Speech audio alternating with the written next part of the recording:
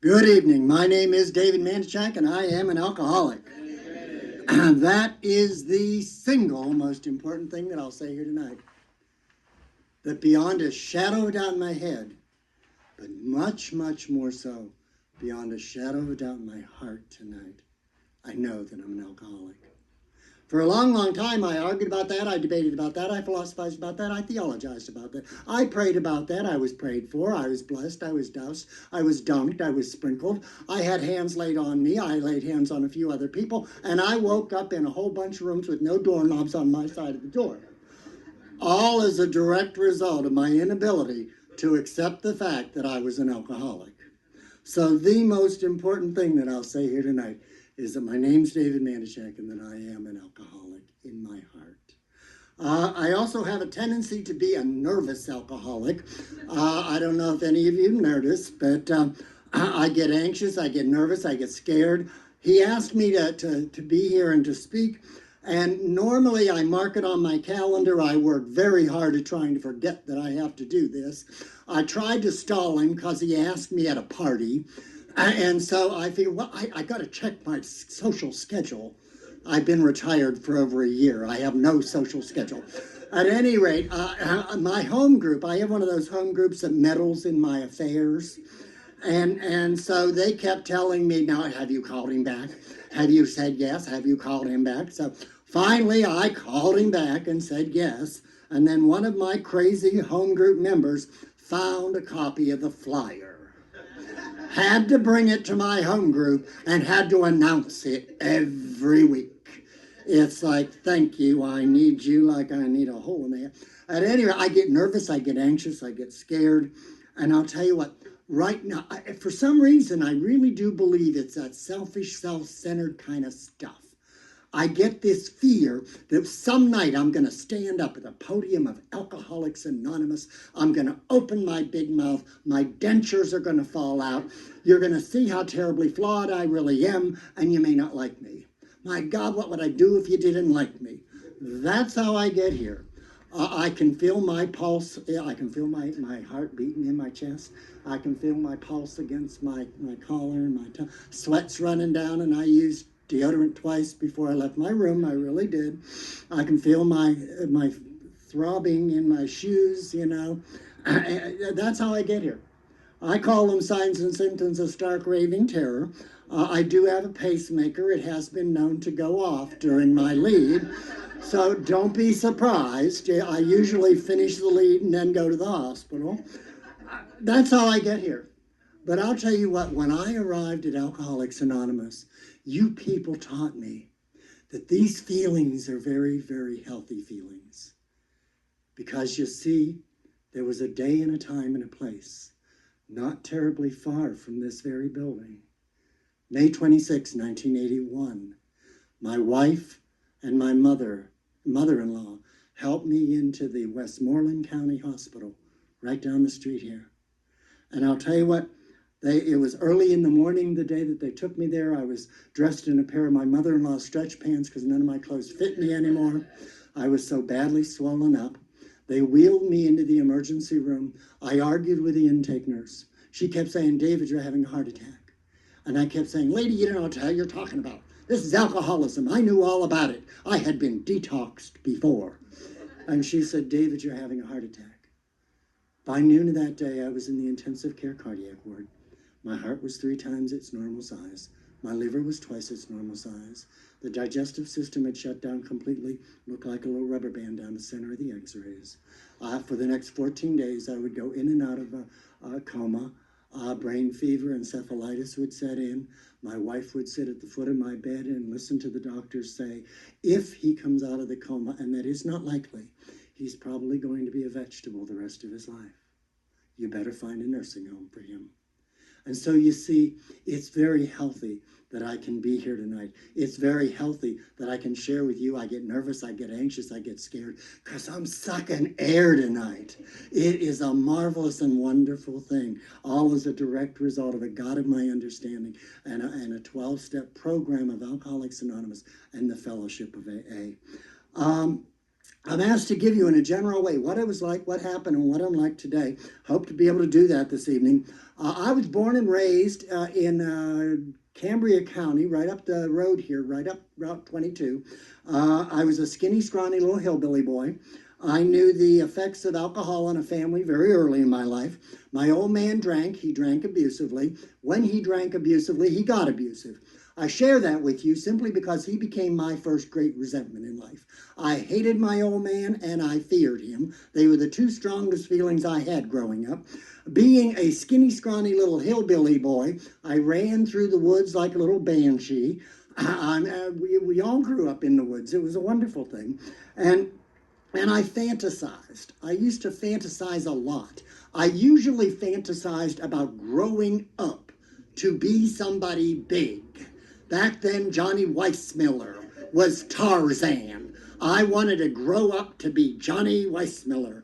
Never did happen, but I fantasized a lot. But as I grew up, and I grew up in a very rural area, and I knew what it was like to help the hunters dress out rabbit and deer and squirrel, and I knew that warm, sticky blood feeling from cleaning animals. And I would fantasize. I hated my old man so much I would fantasize his homicide. I would fantasize his warm, sticky blood on my hands. I hated him and I feared him so much. And I would live in these fantasies. Growing up, because I hated the old man so much, I stuck very close to my mama. She was a devout Catholic churchgoer. I became a devout Catholic churchgoer, went to 2 different Catholic churches in town. I was an altar boy in the Catholic church. And I ran to church, and I would love to say that I ran to a God of my understanding, and there was some of that there. But I ran to church to hide. I looked out at the world, and I was scared most of the time. And so I ran to church because I was comfortable there. I could hide there. They would dress me in those little altar boy robes, and I looked like the littlest angel. The bubbas would come to church. They would pat me on the top of the head. They'd say, "Oh, isn't he cute? Isn't he sweet? Isn't he holy looking?" And I'd suck that shit up. It's like, I'm cute, I'm sweet, I'm holy looking. It's like, you got to take your strokes where you can get them, and they were the only ones I could get. So, growing up, I looked out at the world and I compared my insides to your outsides all the time. And you always won. I was skinny, I was scrawny, I was little. You were the guys who grew up to be football players and basketball players and baseball players. I was mistaken for being the football. It was like, this is not the kind of body you play football with. You grew up and had macho chests. I had a cavity, And I would compare myself to you. You were the valedictorians of your class. You were smart people. I flunked 3rd grade. It's like, who the hell flunks 3rd grade, really? And you called me dummy and stupid and flunky. And I sucked all that up and I believed it. And I walked through my world never fitting. I walked through my world and I was just totally disconnected from everybody. For some reason, I watched you people live life and you seemed to be connected to it. When people said they loved you, you kind of lit up and felt warm. And I didn't fit. I just didn't fit. So as I grew up, running to church to hide, I began to believe that somewhere in around my junior year of high school, that maybe with the help of the priest from the church, maybe these feelings of being very separate and different than everybody else wasn't necessarily different bad. And that maybe these feelings of being very separate and very different was different better than. And that maybe God had some very, very special plan in store for David. And that maybe, with the help of the priest from the church, I began to believe that maybe I ought to graduate from high school, give away all my worldly possessions. I was a stupid, naive little hillbilly boy. Pack myself into 2 A&P shopping bags. If you can remember A&P, you got a good idea how old I am. And go off to a monastery to become a Catholic priest. Well, upon graduation, that's exactly what I did. I packed myself into my 2 A&P shopping bags, gave away all my worldly possessions, and off to Newton, New Jersey I went. Now, I used to make promises to my mama. I would promise her that I'll never drink like the old man drank. I'll never smoke like the old man smoked. makes you cry. And I had kept those promises for 18 years of my life. And so I arrive at this monastery in Newton, New Jersey, and I'm going to share with you what I saw that night. I don't know if it's true, but it's what I saw. I got there, and I looked around the room. There were 9 other young men there to study for the priesthood. Me and this very, very old priest.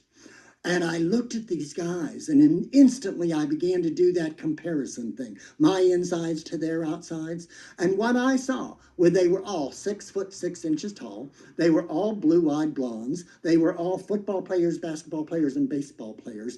They were all valedictorians of their class. And then there's me. You know, what was worse was I looked at these guys.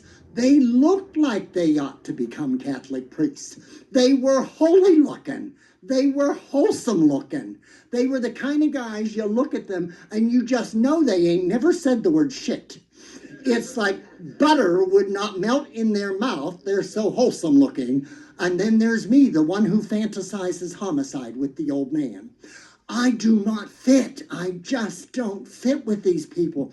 And the priest came along and he said, gentlemen, if y'all chip in for pizza, I'll bring the beer and we will celebrate everybody's return to school. And so I chipped in for pizza and I came to the little party and the priest walked in with 2 6-packs, Carling Black Label tins. And he said, someone's drank Carling. Blah. I sat him down on the table. Everybody reached out, grabbed a can of beer, and so did I. And I'll tell you what, I knew the tears that stuff caused in our home. I knew the pain that it caused in our home. I knew those promises that I made to my mama. I knew that. I popped the top of that first can of beer, and I began to guzzle my very first beer. I hated the taste of Carling Black Label out of a can. It was foul, nasty, yeasty taste and stuff. It burned in my mouth. It burned in my throat. It burned in my stomach. I kept getting it bubbled in the back of my nose, and I kept getting this tear in my eye. They had to keep blinking away so these macho dudes didn't see me cry. I got this gas bubble right here, and it kept going from here to here to here to here to here to here. I figure I'm going to upchuck all over these guys at any given point in time. I hated all of it. And somewhere in around the first half of my first beer, I had my first religious experience. Now, my first religious experience kind of went like this. I got this warm glow right in the pit of my stomach, and it began to grow and get bigger and bigger. I began to roll my shoulders. I could feel oxygen entering my lungs for the first time in 18 years. I felt myself grow up to be 6 foot 6 inches tall. I became a blue-eyed blonde that night. I became the valedictorian of my class. I became a football player, a basketball player, and a baseball player. I looked at those guys in that room and I did that comparison thing, and I figured, man, I can walk better, talk better, sing better, dance better. I can do all kind of shit better than you guys. And I proceeded to do it all that night in the monastery in my underwear.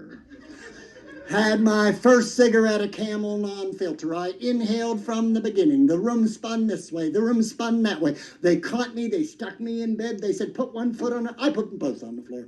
I ran touchdowns down the hallway. I yodeled at the top of my voice in the cloistered hallways at 3 o'clock in the morning. They frown upon that shit in the monastery. They really do.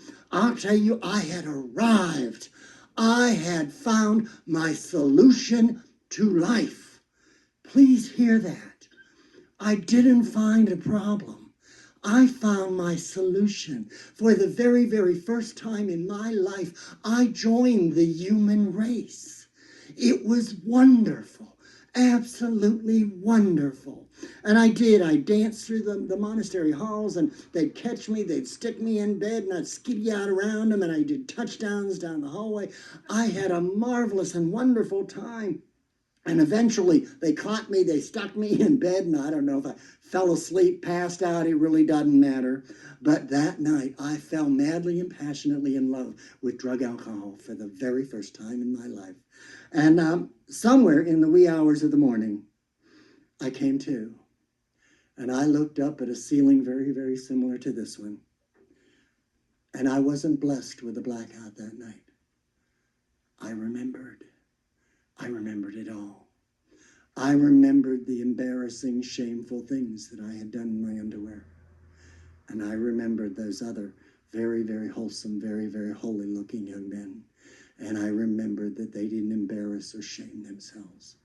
And the feelings of shame and remorse and guilt were overwhelming. And I didn't have any coping skills. I didn't know how to live life on life's terms. I did the only thing that I knew how to do. I got to escape. I got to run away somehow. And I came out of my little bedroom there. I went across the hall to the lavatory. I dug through my shaving equipment. I found a single-edged razor, and I proceeded to commit suicide. 2 of those young men found me in that bathroom. They took the razor away from me. They took me in my little bedroom and they tied me down to that little metal cot. And in the morning they came and they untied me. And they said things to me that people would say for a long, long time. They said, David, you ought not drink alcohol. David, you do not drink alcohol normally. You have a drinking problem. David, you should not drink. And I said to them just as clearly as I'm saying to you tonight, but you don't understand. It's the first time I've ever drank. It's like, all I have to do is learn how to get it right. I can do this. I just got to learn how to do. I'm here to tell you I never learned how to get it right. I really did. I was off to the races the very next day. I'm buying a pack of cigarettes and I'm drinking on a regular basis as often as I possibly could. I fell in love with any kind of alcohol, yours preferably. I wasn't real picky about what you were serving, beer, wine, whiskey, Dixie cup, rocks, no rocks. I really didn't care. Brown bag around the bottle, that's cool. As long as you were serving, I was drinking. It was getting me there. I was cool. And the bishop decided that he was going to ship me off to a very straight-laced conservative place here in Pittsburgh. And I figured that's going to be a problem. I mean, I've already acquired a need for alcohol on a regular basis. And I knew they were going to dress me in those long black robes with a little piece of plastic that used to slip my Adam's apple off, and these great big sleeves and these great big deep pockets that were for my prayer books and my hymnals and my rosary beads and my pints and my quarts and my fists and my baggies and my papers and my anything else that I wanted to smuggle into the monastery. And that's exactly what I began to do. Going to my bedroom, it was an amazing kind of experience because, you see, it was like flashback. I took up carpentry that year. They didn't offer it on the curriculum for the priesthood. I found out that in my little bedroom, I had a nice little bed. I had this desk and a chair and a dresser, and then there was a sink, and right above the sink was a medicine chest. And I found out you can open up the medicine chest, take those screws out that's in there, pull that sucker right out of the wall. You could tie a string around the neck of your bottle, slide it down between the 2 2x4s, tie it off to the nail, put the medicine chest back in, put all your garbage back in, and when they searched your room, they couldn't find your booze. I'll tell you what, these people wanted me to sing at 7 o'clock in the morning. I don't sing well. But I'll tell you what, I figured 2, 3, 4 double headers or something, and I will sing like a bird. And so I would have my 2 or 3 double headers. I'd go down to the chapel. I'd be singing like a little old bird. They'd be up there tossing my room. They're looking for sometimes they found the bottle, sometimes they didn't. Sometimes I had it hid good enough, sometimes I didn't. Sometimes we got into an argument about it, sometimes they got as sick as I did. I mean, over my drinking. It was insane. But I'll tell you what, I have to tell you, I got spiritually sick first. When you people told me that I had a threefold disease, physical, mental, spiritual, I understood that. I was in church 2 and 3 and 4 and 5 times a day. My prayers were no less sincere then than they are today. I have a disease to put alcohol in my body, and I got spiritually sick living in church. Please hear that. And I'll tell you what, my spiritual sickness began to show itself in the form of being very, very selfish and very self-centered. I began to look out at the world and condemn everything out there. Never David. It was never my fault. I never took responsibility for everything. I always pointed. I wanted to tell you all about those hypocritical Catholics that come to church on Sunday morning, shake your hand and say, peace be with you, brother, and run you over in the parking lot on the way out.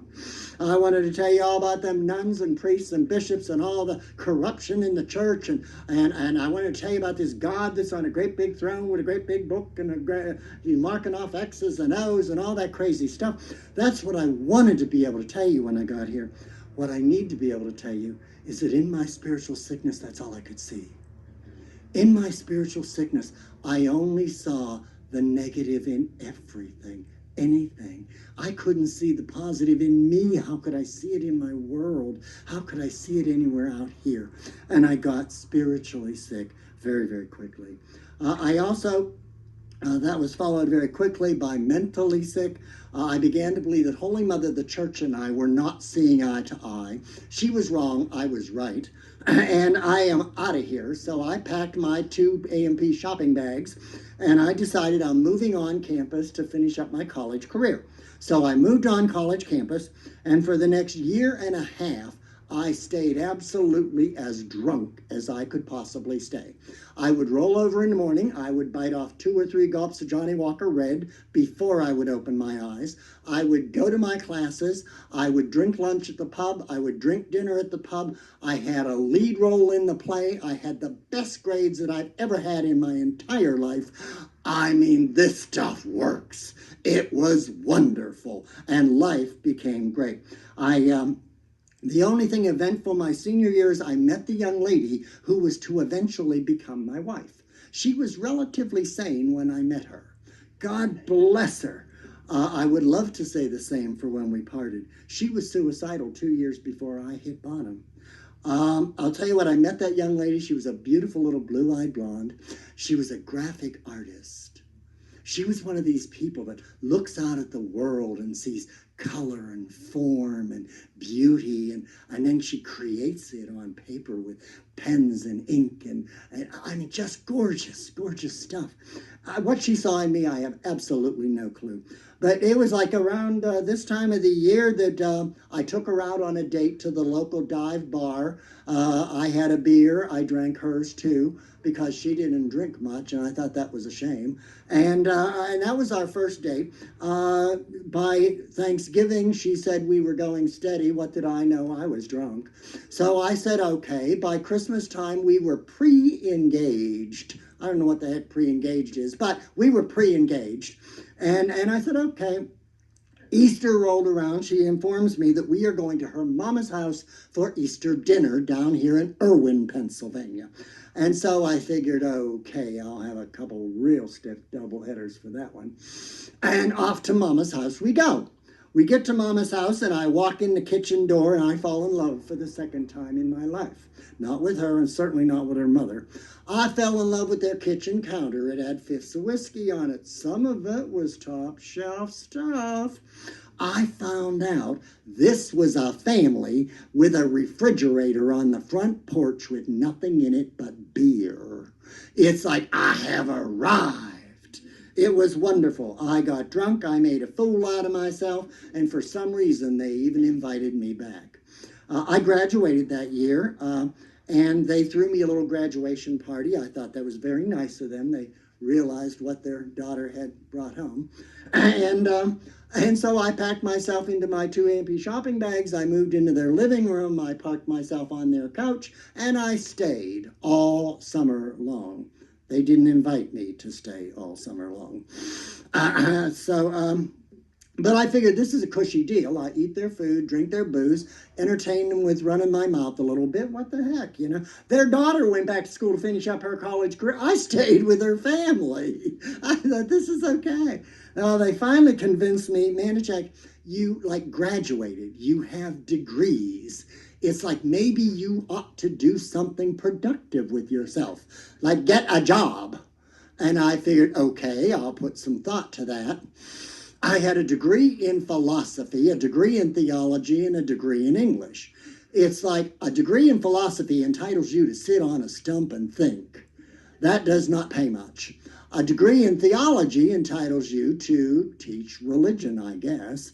And I was prone to brilliant ideas back then. My home group will not let me have brilliant ideas now, but I was prone to brilliant ideas back then. And I got this brilliant idea that with my degree in English and religion, I would get a job right down the street here at Greensburg Central Catholic High School, teaching the good little Catholic kids about their good little Catholic God. And I did. I went and I got myself a job teaching religion and English right down here. And I began for the next 4 years to go to that school. And now I knew that, I may have been alcoholic, but I wasn't stupid. I knew I couldn't go to this lovely, upstanding Catholic facility reeking of booze every day. So I did what Dr. Bob does in Dr. Bob's Nightmare, the big book of Alcoholics Anonymous. I found those lovely white tranquilizers that I could pop in the morning, keep the shakes away. I'd go to school. I'd teach for the day of teaching, stoned out of my mind on pills. And I'll tell you what, they'd keep the shakes away. And I found out, my homeroom was on the 3rd floor of that building. I found out I could get down 3 flights of steps out the door, across the parking lot, in my car, and out of the parking lot before the senior students could. No teacher had ever accomplished that feat. Johnny's was right down over the hill there. It's still there. I checked on my way. I would stop at Johnny's for the sandwiches. I would have a half a dozen drinks, and then I would go back to school to be able to sign my name legibly and to do my paperwork. That 4 years was to see me try to control my drinking every way I could. I went from cocktail lounges to Boilermaker bars with sawdust on the floor. I went out in the woods with the kids and the kegger and the fifth and the twisted up little cigarette. I tried everything. I married that young lady to control my drinking, and she didn't do a very good job of it. I told her she didn't do a very good job of controlling my drinking. Her family had her convinced that if she was better in bed, a better cook, or a better housekeeper, her old man would not drink the way he drank. She felt bad because she couldn't control my drinking. We had no clue about the family disease of alcoholism at all. And I'll tell you, I drank, it got crazy. She would confront, I would get in trouble, I would end up suicidal, I would land at the local hospital here in Greensburg. They would tell me what a nervous person I was, what a Valium deficiency I had. They'd send me home, and it got crazy. Finally, the school decided they were not hiring me back for a 5th year of teaching. And get this, they weren't hiring me back because I wasn't state certified. Doesn't take a PhD to figure out you can't be a state-certified religion teacher. There's a division between church and state in this country. I couldn't have been state-certified as a religion teacher if I wanted to be. They used that excuse to save my professional reputation, and I owe the church a very, very great debt of thanks for that. I now had all this time on my hands because I'm now unemployable. I am crazier than a bedbug. My old lady and I are arguing and fighting on a regular basis. She's laying down on ultimatums, and it is getting bad. And if you can think about it, it got there. And she would confront me on a regular basis. She would, for some reason, find my empty vodka bottles, and I slept on this dirty little couch in the living room. She slept upstairs with 2,000 Harlequin romances. It gives you a good idea where our love life got to. I couldn't, she wouldn't. And so I would wake up, and there would be these 2 vodka bottles there, and she'd have this note written on it. This is not liking to drink. This is addiction. And I would be furious. I'd wake up, and I'm angry, and I'd go upstairs, and I'd take that note, and I'd pile all her Harlequin romances on the bed. And I'd put that note on there and write her a subtitle. This is not liking to read. This is addiction. I would argue with her all day long. She'd walk in the door from work. I'd tell her we argued all day long. I'd tell her what we argued about, the fact that I won the argument, and I don't want to hear any more about it, and she'd look at me like I was crazy. This is the way our life went. It was absolutely insane. And so finally she would say, look, you need... It was a hot, muggy July morning, and I decided, one of my brilliant ideas, I am going to do something about my drinking. I am going to call A&A. I knew about you people. I knew you was out there. I used to teach my senior students in religion class, if you ever have a drinking problem, you call this place called A&A. It's a subversive underground organization.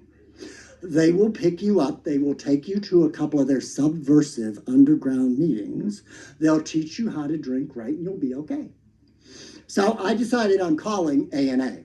So I bounded off my dirty little couch. It's like 80 degrees at 8 o'clock in the morning. The humidity is like 90%. I'm sweating all over the place. I'm shaking on the outside. I'm shaking on the inside. It is like, okay, and I call A&A. This lovely lady at central office answers the phone, and in 30 seconds flat, she begins to insult my dignity. She begins to ask me stupid questions like, can you go for a whole day without a drink? And I said, lady, you have absolutely no idea who you are talking to. I am a dignified professional in the community. Of course I can go for a whole day without a drink. She said, listen, Mr. Dignified, no alcohol all day long, no pills, no twisted up little cigarettes. We'll send someone around to pick your dignified little butt up and take it to a dignified AA meeting.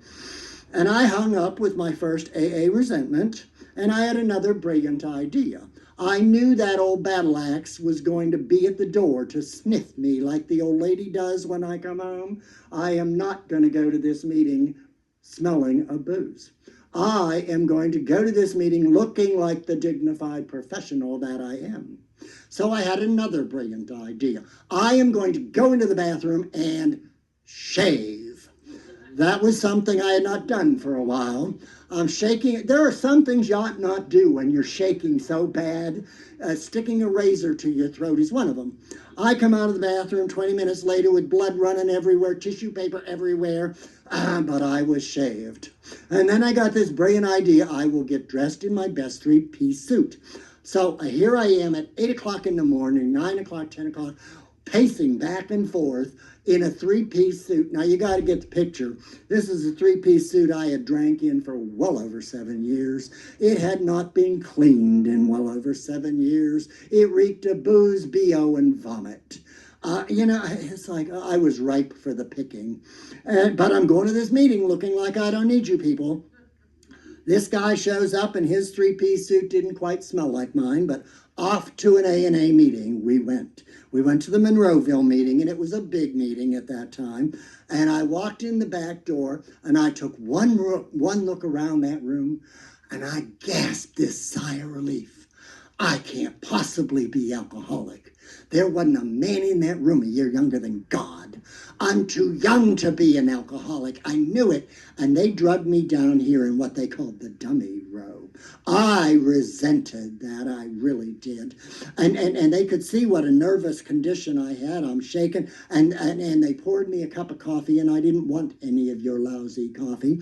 And then they dumped sugar in it, saying it takes shakes away, and I don't take sugar in my coffee. And then they dumped cream in it, and I don't take cream in my coffee. And I figured, I know what these old farts are up to. They can see what a nervous condition I have. They want to see me try to pick up that cup of coffee and spill it so they can laugh at me. I'll sit here and I will die of thirst first. And I'm sitting there dying of thirst, and this old battle axe gets up there and she's babbling on, and 45 minutes later she's still up there babbling. I am dying of the worst case of cottonmouth I've ever had in my entire life. I need a drink, and I need a drink bad. And another brilliant idea, I figured, when I used to run into the Frontier Hotel at 7 o'clock in the morning, shaking so bad I would always ask the bartender for a double of schnapps, and he'd do one of these deals. He always spilled some, and you could kind of slide the glass around in it and slurp enough off to hold it in there till you get a little bit of relief. Styrofoam does not slide on these tables, folks. The coffee went everywhere, and those old farts took out their handkerchief and they mopped it up, and they said, keep coming back, kid. You're in the right place, kid. And I'll tell you what, the little ones I cussed out loud. The big guys I cussed out under my breath. And for the next 9 days, I went back to A&A. Wasn't that I really wanted to, but that old fart showed up every night to take me to to another A&A meeting. And on the 9th day, I had an experience that I refer to as the Beginner's Guide to Serenity. If you want to know what the Beginner's Guide to Serenity is, it goes like this. Drink long enough, hard enough, heavy enough. Totally saturate absolutely every cell in your body with a cellular craving for alcohol, and then cold turkey it. You will shake apart from the inside out. You'll shake outside. You'll sweat. You will run to the bathroom. You will not know whether you should sit down on the commode or stick your head in the commode. It'll be coming both throughout. I had a very tiny bathroom. I could sit in the commode and throw up in the sink. I mean, I was sick as a dog. And on the 9th day, all that went away. I got this peaceful, calm feeling come over me. And I had another brilliant idea. Aha! This is what the mayonnaise are talking about when they're talking about serenity. And I got it in 9 days. It's like, this has got to be a record. I am going to go to the beginners meeting tonight. I'm going to tell all the beginners about this newfound serenity stuff that I got. And I did. I made a fool out of myself. I went to the beginners meeting and I told them all about my newfound serenity. And there's this old timer running the beginners meeting, and he shook his head at me like they shake their heads at us. Then he shook his finger at me like they shake their finger at us. And he said, David, when the shakes go away that sudden, I get scared of alcohol withdrawal seizures. I looked at him and said, man, I ain't felt this good in 10 years. What are you talking about? We got up around the head table, somewhere up around here, and I went into a 20-minute grand mal alcohol withdrawal seizure. They took me out of that meeting in an ambulance. I vaguely came to against this cold, cold tile floor. It felt like I was laying on marble and there was sweat running all over me, worse than it is right now. And I could feel every square inch of my skin felt like there were ants crawling all over me, and I couldn't rub them off. And they had shoved something in my mouth, and I couldn't talk. And there were people standing over top of me, but I couldn't make them out very well. And it was real blurry. And in my ears, they were saying stuff, but it didn't make much sense. It was all garbled. And in my head, I could feel my brain snapping and crackling and sizzling. And I couldn't pull myself together. I couldn't maintain my dignity. They took me out of there in an ambulance. They took me to the East Suburban Hospital over in Monroeville here. They kept me for 9 days. They tested me, poked me, prodded me, scanned me. They told me there's no such thing as an alcohol withdrawal seizure, but I'm a terribly nervous person. I could use some more Valium and some sleeping pills. And they sent me home. So I knew that those pills were very dry. It takes at least a case of beer to wash them down. So I would buy my case of beer and off to home I would go, and I would be off to the races. Finally, my old lady laid down the law and said, look, do something about yourself or else.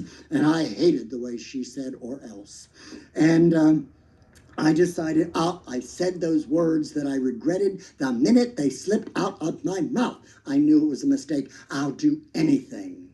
And she said, good, we found this detox place called St. Francis Detox in Pittsburgh. This guy named Dr. Torsky said you are a likely candidate and that we ought to bring you down. And I said, oh my God, maybe we've been a little hasty about this. And I'll tell you what, I ended up in St. Francis Detox with Dr. Torsky, and he did not tell me that I was a terribly nervous person. He did not tell me that I had a Valium deficiency. What he did was he called my wife, my mama, and my little sister, who was 13 years of age at the time, a lovely little blue-eyed blonde, and called these 3 beautiful women into my detox room, sat me in a little plastic chair, and he poked his bony little finger into the center of my chest, and he said, David, I want you to look into the eyes of these women who love you while I tell you what I need to tell you. And he proceeded to tell me that I have what is known as an alcoholic cardiomyopathy. An alcoholic heart. Should I choose to put a mood-mind-altering chemical in my body again, I would be dead within 6 months. I looked at these 3 women that I loved more than life itself, and I heard my voice in my ears say those stupid things that I had said for years, like, I'm sorry, and they cried. I never meant to hurt you, and they cried harder. I'll never drink again, and they cried harder. I promise, and they cried harder. I left that detox November 17th, 1980. I was drunk that night. I was drunk the next night. I was drunk for Thanksgiving. I was drunk at Christmas time. I was drunk at New Year's time. I was drunk through January. I was drunk through February. Somewhere in around February, my wife could no longer watch what was happening to me. I had begun to swell up. I could no longer walk on the bottoms of my feet. My wife at one time had 2 cats. The cats had kittens. The kittens had kittens. The kittens had kittens. A 4-room apartment and no clean litter boxes. My wife abandoned the apartment. She would go to her mama's place and stay during the week. She would stop by once a day to see if her husband was dead yet, put down some dry cat food, put down some fresh water for the cats, and go off to work. And she would do that regularly through February, March, and April, and May. In March, I began to swell so badly that I could no longer walk. I would con and manipulate people to bring me booze. Usually 16-ounce Stoney's returnables was the cheapest crap we could buy back then. And I would con them to bring it. They put it in the refrigerator. I would promptly insult them so that they didn't have to watch. And what I would do then through April and May is once they were gone, I would roll off my filthy couch in my dirty underwear. I would use my arms to drag myself through that cat shit to the refrigerator. I would get to the refrigerator. I would pull out a bottle of Stoney's. I could no longer use a bottle opener. My hands were so badly swollen. My face had begun to swell. My neck was swollen. I could no longer lay down to sleep. I had to prop myself up. I was drowning in my own fluid. I would pull out a bottle of Stoney's. I would palm it between my 2 paws. I would cram it under the bottom drawer handle and break the top of it off. I would lean against that cold, cold refrigerator because it felt so good against my back. And I would lift that broken bottle to my mouth, and I knew that it was cutting my lips, and I knew there was blood running, and there was beer running, and there was, and I needed to get enough in me. I needed to just get enough. I had to hold some in my stomach, and I would be trying to hold some in my stomach, and it'd be coming back up on me, and it'd be coming out my nose, and I knew if I just keep enough in, I gotta hold enough in to get that warm feeling.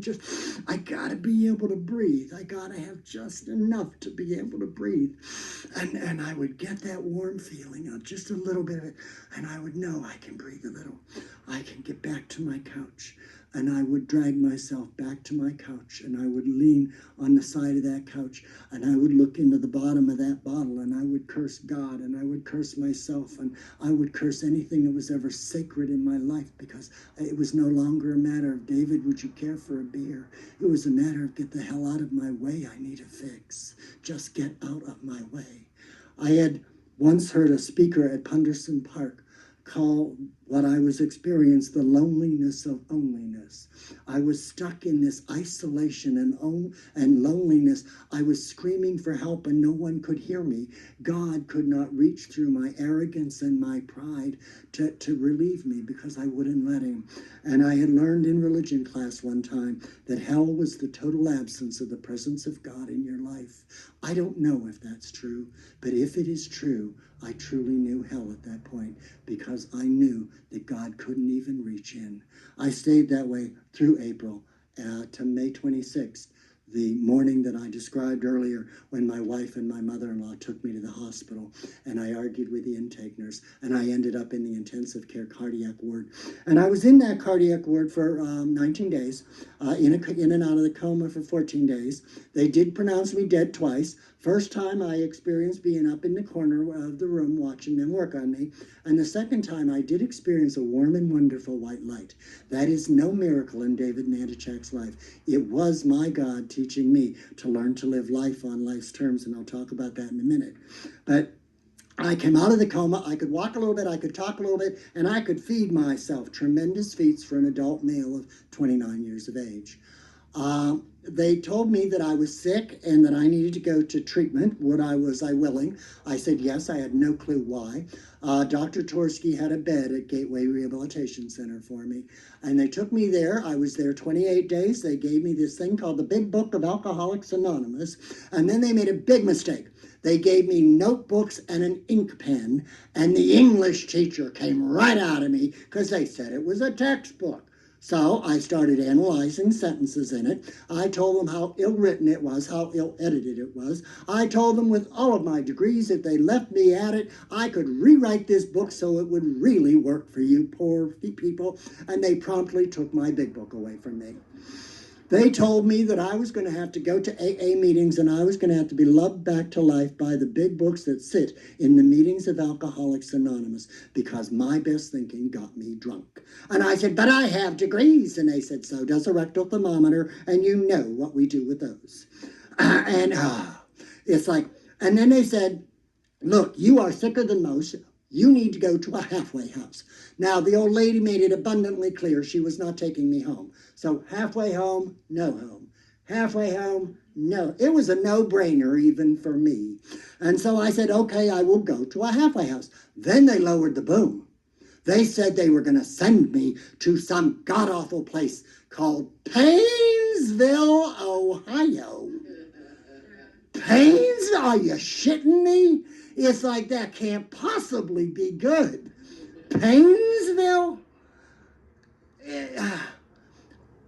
And so they packed me into 2 A&P shopping bags again. They shipped me up to Painesville, Ohio. I didn't know that there was anything beyond Pennsylvania, and if there was, I really didn't want to know about it. But so off to Painesville I go. I get to the men's house there. They drop me off on the porch. They beat feet out of town before I could change my mind. And I'm stuck in Painesville, Ohio. I go across that dirty old porch. I walk in. There's this matted down green carpet with coffee stains all over it. The walls were filthy looking. Some of the wallpaper was falling off. It's like the residents in this dump are filthy looking.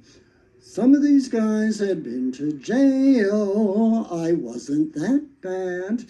I mean, the staff in this dump weren't far behind the residents in this dump. This place was run by a woman. How good could it possibly be? Add insult to injury, she was black. Right across the street from this dump was a bar. You people sold booze in grocery stores in Ohio. How in God's name am I supposed to get clean and sober in a dump like this? Needless to say, my defects of character sobered up long before my brains ever did. And I owe a very, very great debt of thanks to that beautiful, beautiful black lady. Her name is Julia Magruder, and I have permission to use her name. She sat me down, and she let me know that it didn't matter that I was the wrong color. I could get sober anyway. She also let me know that I could find a sponsor, work the 12 steps of Alcoholics Anonymous, or die. We had not gotten off to a great start. We really didn't. Word went out among some of the old-timers who are sitting in this very room, so they can tell you that word went out that there was a wet brain at the men's house, and that if he made it back, it would be due to the grace of God and all the loving kindness that they could possibly show me. And that's exactly what they began to do. They began to run me to meeting after meeting after meeting after meeting after meeting after meeting. I didn't know if I was going to a meeting or coming from a meeting, and it really didn't matter. Marshall Parker led every AA meeting that year. I swear it. He was the only person I ever heard. Oh, it was insane. And then they gave me this nutcase for a sponsor. I mean, this man was so stupid, he tried to convince me that I could stay sober cleaning ashtrays. How stupid do I look? And back in 81, the old-timers answered that question. They told me exactly how stupid I looked. They told me I could sit down, shut up, take the cotton out of my ears, stuff it in my mouth. Maybe I'd be lucky enough to learn something. And it's like, oh my God, I can't win. And they said, listen, Manichek, you got to work steps. I had no problem with step one. I knew that I was powerless over alcohol. I knew that my life was unmanageable. I knew that I don't respond to alcohol like normal people. I know that. I didn't think your way was going to work, but mine didn't. And I knew that. I knew that clearly. And they said, listen, Mandachek, you got to do steps 2 and 3. I had a problem. See, I knew God was up there. I knew he could restore me to sanity. I didn't think he would restore me to sanity. Not me. Not after everything I had done. Not after taking the beautiful talents he had given me, the beautiful priesthood he had given me, and dragging those talents through the cat shit. Certainly he might bless you. He might see fit to restore you to sanity, but never me.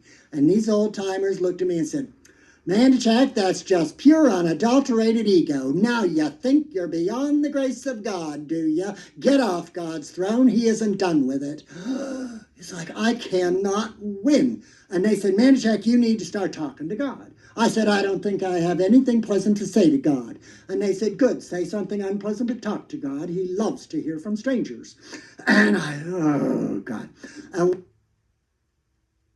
he took off his watch, and it was a gold watch.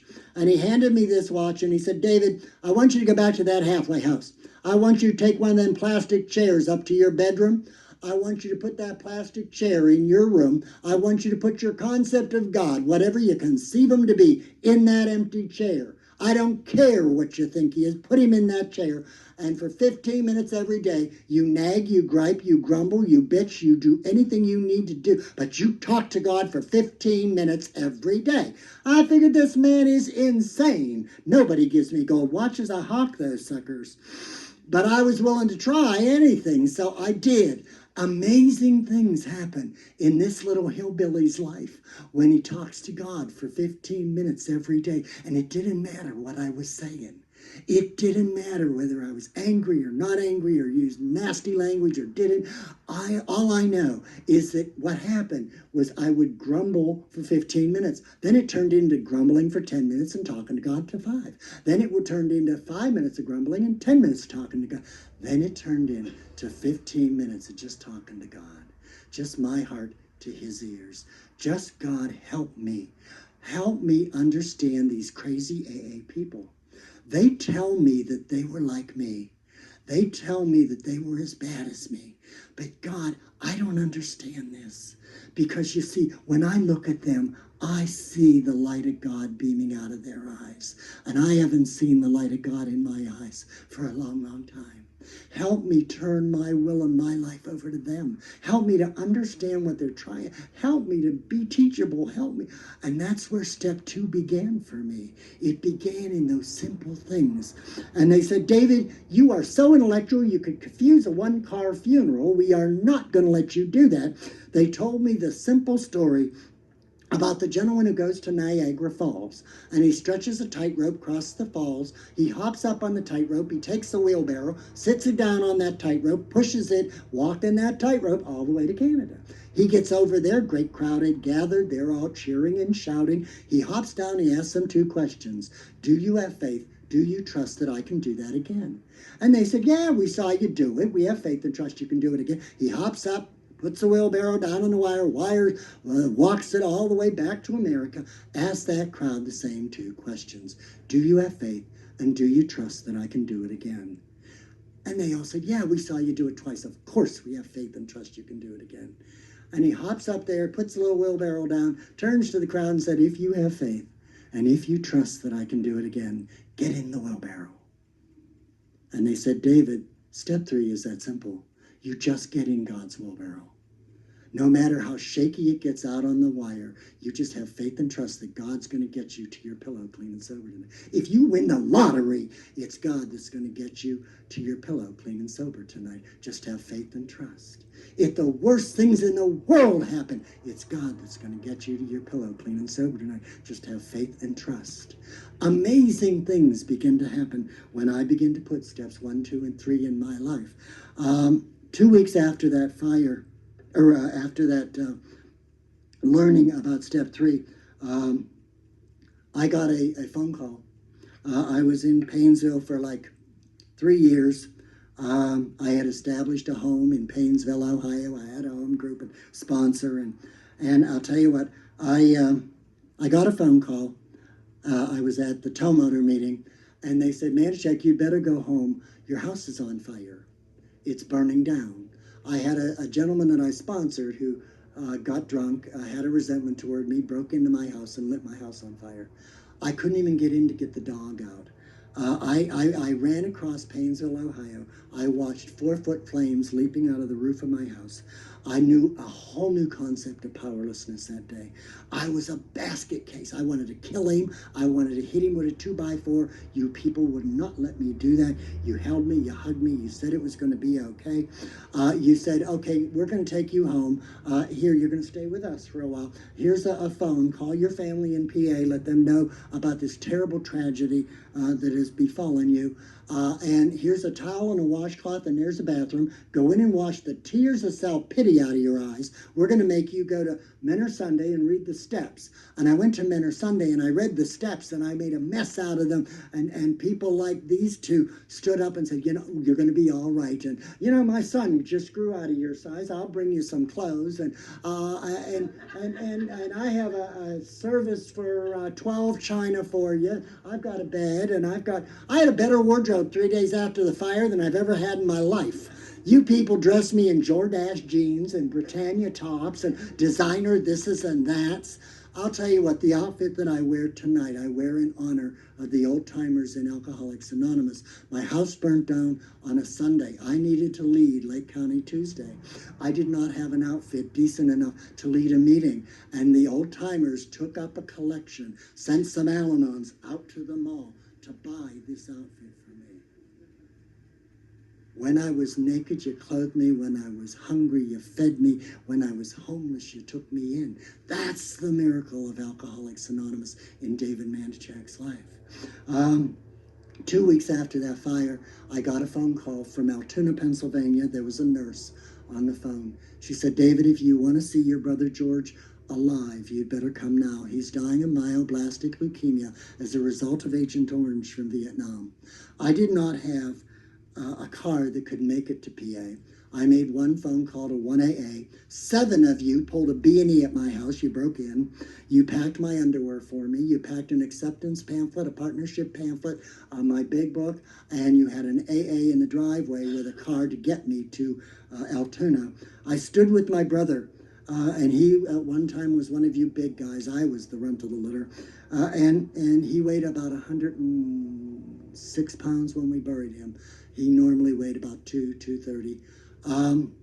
At any rate, he had tubes coming out of everywhere, and I was standing over top of him the Wednesday of that week, and he opened his eyes, and he looked up at me, and I don't know what he saw in my face, but he looked at me and says, "What are you thinking?"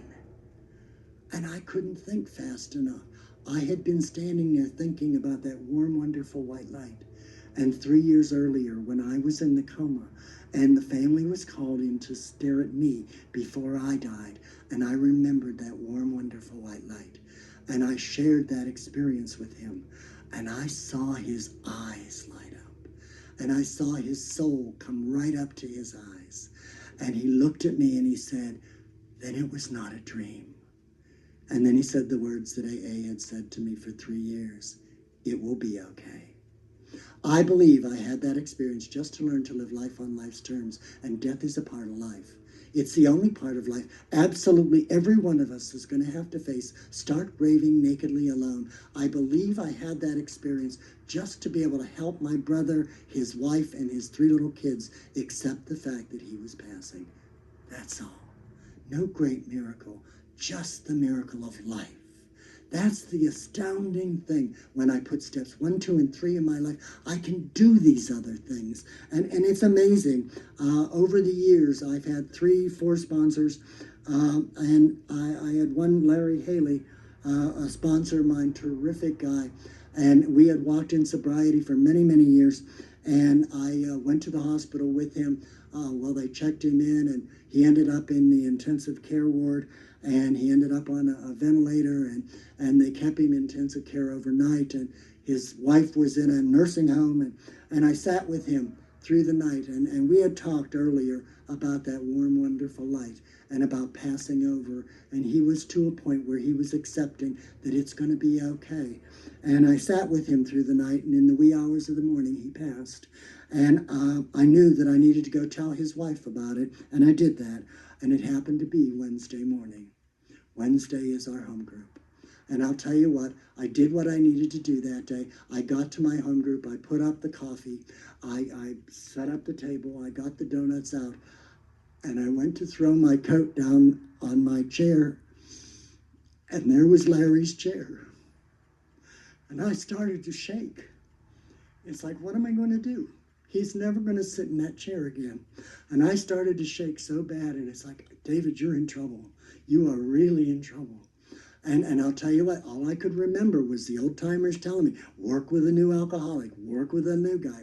And at that point, another home group member pulled into the driveway, dropped off one of the men from the halfway house. This young man walked in the door. I ran over to him like a raving lunatic. I grabbed him by the lapels. I says, I don't know who the hell you are, but you need to sit in that chair, because if you don't sit in that chair, I'll get drunk tonight. And it's like, I am a basket case. And this kid, he sat there and he listened to me and I listened to him, and we talked about recovery and we talked about sobriety, and it's an amazing thing that happens when two alcoholics touch like that, and astounding things begin to happen. When I put 1, 2, and 3 in my life, I can do inventories. I can look at the exact nature of my wrongs. I can do amends. When I got to the amends steps, I wanted to tell you about my old man and how I hated him and how I did not owe him amends and how he used to beat us in drunken rages with a leather strap, and I did not owe him amends. And it was one of you old timers, one that just passed not long ago, who sat me down and said, David, I want you to write an inventory of what kind of son you were. Now, I don't care what kind of old man you had, what kind of son were you? And he made me write out that inventory and share it with him, and I was not proud, because my father had never seen anything out of this son other than hate, disgust, remorse, bitterness, vindictiveness, and fear. And he had fed me, clothed me, and doctored me for 18 years of my life. I owed him amends for my behavior. I'm here to share with you that my father died of a long and lingering bone cancer. It took him forever to pass over. But I was able to be there with my mother to clean him up and to nurture him and to feed him and to be compassionate with him. I no longer wanted his warm, sticky blood on my hands. That's the miracle that I believe is talked about in the second appendix in the back of the big book, that spiritual experience sufficient enough to treat the disease of alcoholism. If we try to do these steps just to the best of our ability, we come to a point where we realize, I am not the person that I was 37 years ago. I am different. That is a psychic change sufficient enough to treat the disease of alcoholism. And for that, I am forever grateful. I would like to thank Danny for asking me to be here. I'd like to thank y'all for tolerating me. I get very winded. One of our old timers in my home group when we started it 37 years ago, he used to say that working a 12-step program of recovery is kind of like having sex. If you're not enjoying it, you're doing something wrong. So get yourself a sponsor, get yourself a home group, get yourself a big book, do it right, and you will enjoy this thing called sobriety. He used to say that being asked to speak at a meeting of Alcoholics Anonymous is kind of like being asked to have sex. It's always an honor to be asked. At my age, you sometimes worry about your performance. And you know when it's over, you're going to feel good. And I'll tell you what, I feel a dang sight better than I did a little while ago. I'd like to thank the committee for having me. I'd like to thank you all for being here. God bless you. And stay clean and sober.